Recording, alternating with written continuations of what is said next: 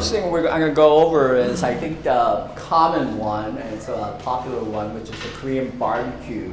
Okay, so this with marination, you can use it towards carne asada, pollo, beef, chicken, you name it. It's up to you. Now I'm going to go over what is called a hanshik cooking, which is hanshik means traditional Korean. Now we have what is called japchae today. Japchae is a assorted noodle vegetable that is prepared over here already, but I'll go over the step-by-step with you. But in essence, the length of the size, the vegetable cut, the length is very important to a hanshik cuisine. For example, noodles are always kept long in size and length. They're never cut. So we're gonna go and do the Korean barbecue marination. Okay, I think the basic we want to start with is soy sauce. Okay, you can use low salt, high sodium. You can use tamari, which is a Japanese version of a soy sauce, which has less sodium. So, but the soy sauce is the basic we want to start with. Okay, now sugar. I'm using a standard ingredients, the ratio that generally you would enjoy. Soy sauce, sugar. Now mirin is sweet sake. Here, this is sake, standard sake, dry sake. Okay, now Korean cuisine, one of the ingredients is sesame oil, which pretty much goes in every dish. You can imagine every Korean dish has some portion of the sesame oil. Okay, the level is different when you use it, a little different, but sesame oil, flavor of Korea. And then we have white onion. Okay, white onion. So we have Asian pear or an apple. Okay, and definitely garlic. Second most popular sale in Korea is garlic. Okay, the portion is up to you. If you really like garlic, you can toss in more. If you don't, toss in less. That's up to you. Okay, so about garlic. Okay, and then sesame seeds goes towards the end. So, and then we have salt and pepper to finish it off. Okay, salt and pepper to finish it off. So, and this is the secret recipe for the Korean barbecue sauce. Okay. Coca-Cola. You know how we use beer for steak? Yeah. Well, or sometimes for barbecue. yes. Well, why Coca-Cola? Because one, it adds sweetener to it. And then what it does is also breaks down the meat, right? So when you have that particular kalbi or Korean barbecue at a restaurant, you go, wow, this place is good. The meat is just melting. It must be the top of the line meat, huh? Coca-Cola. Coca-Cola, okay? Okay. I would use what is called a 2-2-1-1-1. But we're going to do a 2 of soy sauce. So you notice it's not just 2 meaning 2 cups or 2 this. It could be 2 of anything. 2-2-1-1-1, okay? So with that, we're going to go ahead and do sugars next, okay? So 2 falls into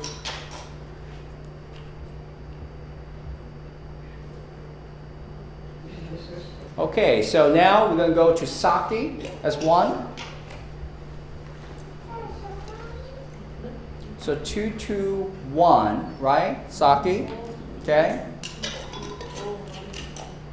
And we're going to go mirin as the next one. 1.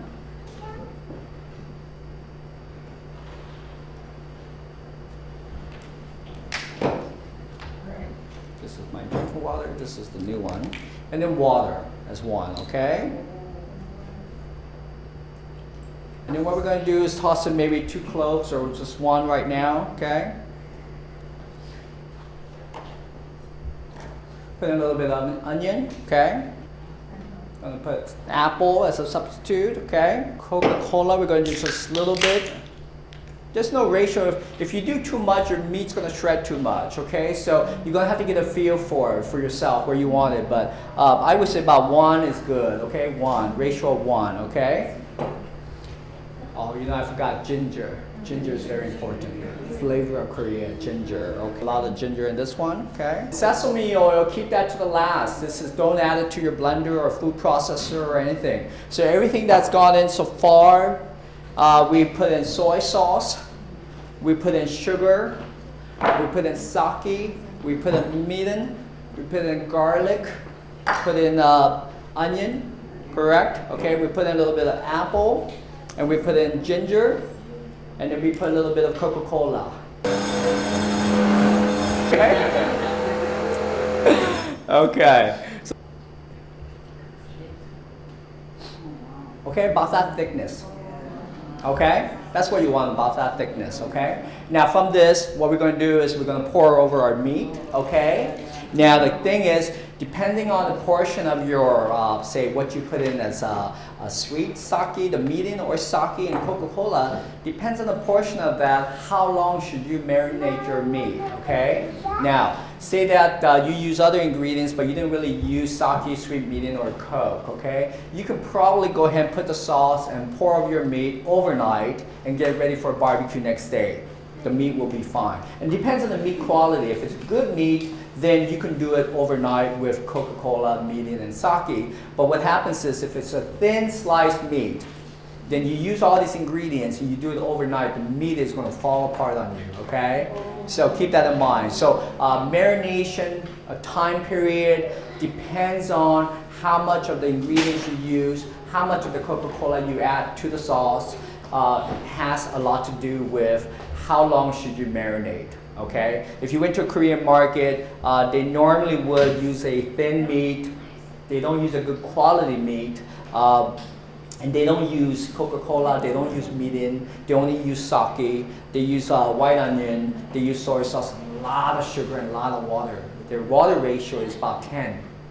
Wow, huh? So you don't need to do this. And the thing is, if you make a gallon of this barbecue sauce, you can freeze most of it. You don't have to use all of it at once. You can freeze it, thaw it, and then add it to your meat and get ready for the barbecue next day or next week, okay? So that's a good thing, is that you do not have to use it all one time. You can go ahead and freeze it, okay? So here, I used chunk ribeye, okay? And this is Costco. They come in chunk. So what you do is just cut out a little bit of fat. Their meat quality is superb. Okay, you may not have access to the wholesale products, but Costco is a good example, or Stater Brothers and so on. Thin slice it. So I like to use a back of the knife unless you have a meat. Just tenderize it. See that? Yeah.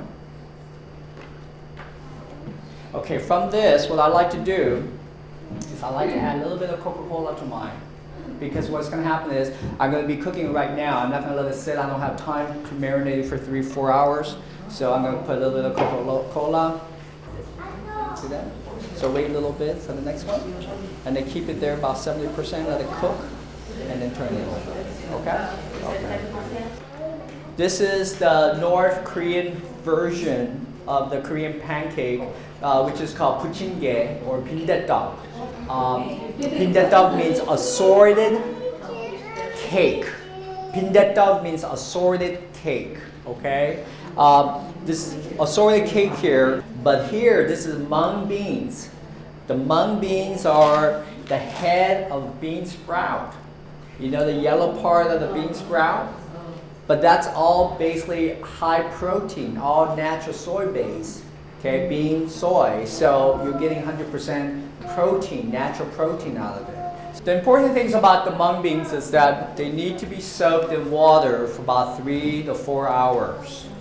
If you do it any less, you put it in a blender, then it's going to be hard still.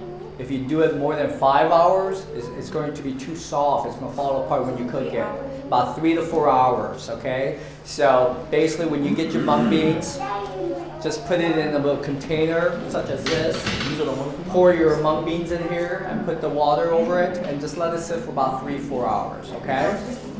Okay. Now what I did was I did that process for you, and you could put this in a blender such as this here. And what I did was add that mung bean, a little bit of water in here, Okay, so we're gonna go ahead and grate this. And you notice how it starts from the bottom, okay? And if you see it struggling and you see that it's getting too thick, you can add a little bit of water along the way. Okay, so basically with this, what we're going to do is add some bean sprouts here, okay?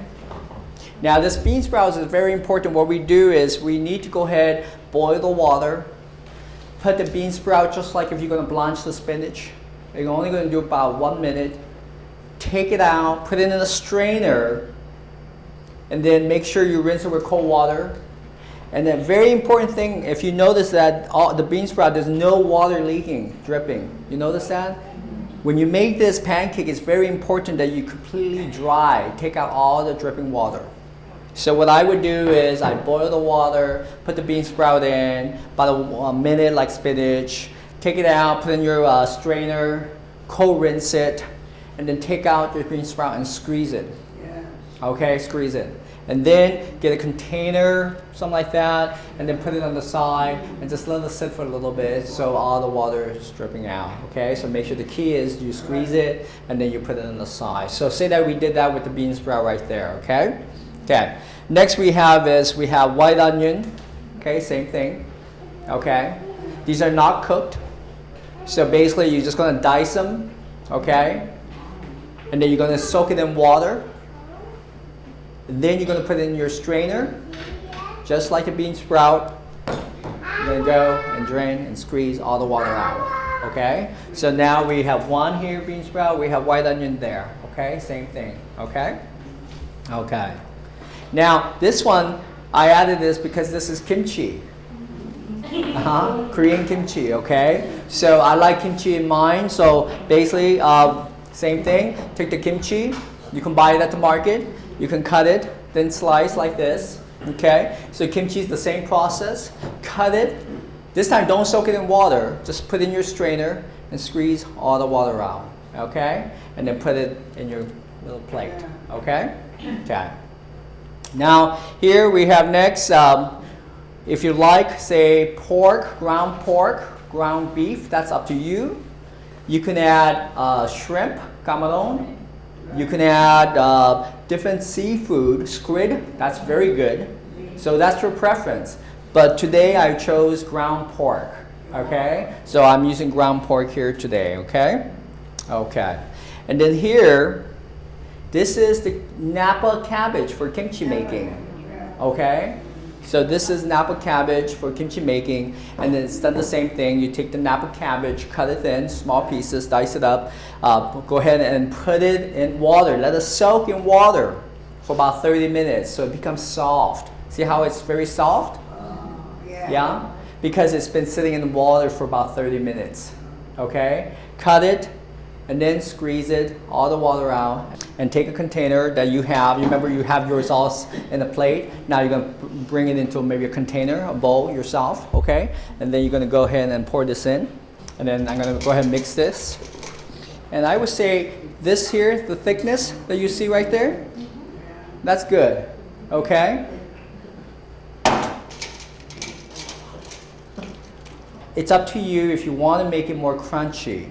I like mine crunchy. The hanshik is that it's not crunchy, okay? But I like mine crunchy. All you have to do is make it hot, put more oil, keep it there a little bit longer.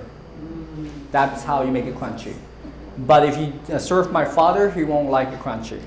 He likes it just kind of done lightly, okay? So preference is different, but the taste of Korea is there, the flavor is there, and the nutrition is there. And this is the North Korean version of mung bean pancake, okay? This one is canola oil that I'm using. So I move around a little bit so that it's not sticking too much. Get the oil underneath, okay? Move around.